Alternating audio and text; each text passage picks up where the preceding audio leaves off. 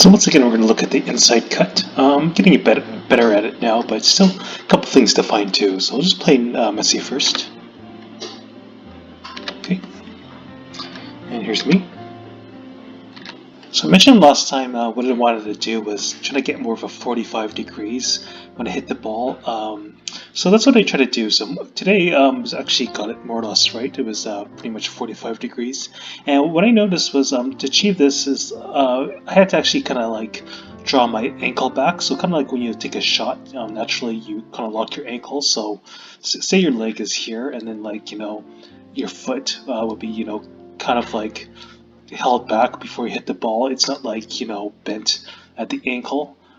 So when I try to hit the ball there, I try to make sure it was like this, and that I could achieve the 45-degree angle. Before I felt like it was kind of like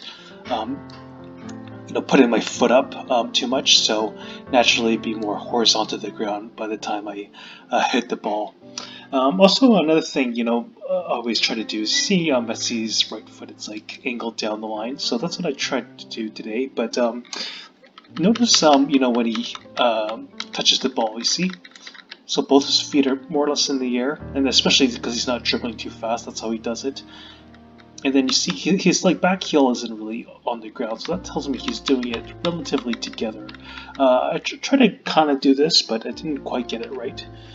So you kind of see at this point, what my foot like completely planted to the ground. It's just at my toes. So I think I need to be more light on my feet as I, kind of go together. And now that I think I kind of understand how Messi has that 45 degrees. I should probably just hop at the same time and make sure, see if I can land without having my back heel, stay on the ground before, how Messi goes down the line.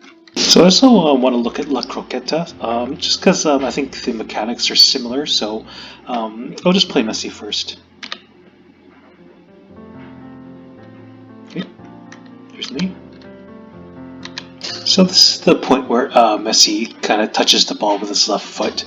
I kind of want to notice his ankle. So I mentioned before, how like I had, say, my leg, and then my ankle was like, kind of like straight, so it's like locked there. So it's kind of hard to tell if he's, curving it up a bit more, but that's something I want to experiment with a bit, because it seems like, I'm hitting it, like a little too much to the side. It seems like my ankle is, well, actually, I definitely know that my ankle wasn't, locked back down there. So now his ankle isn't like completely 45 degrees, so maybe, but maybe his ankle is like held back like this, and then he turns in his leg more, so he is hitting it more on the side.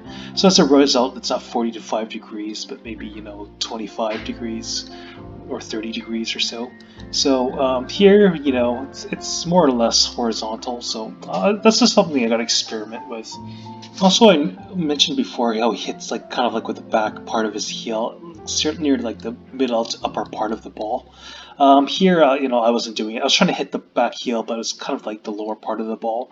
I was aware of me doing it that way, but I found it pretty hard to try to control it with the way I was, hitting it with my left foot. So again, I gotta try maybe like, essentially locking my ankle a bit more and experiment and see if this would make the maneuver a bit more efficient.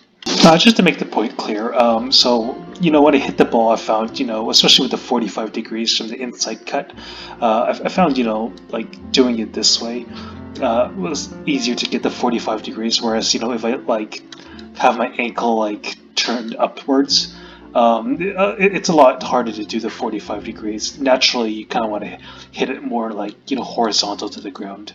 So just to clarify, in case you were a little confused.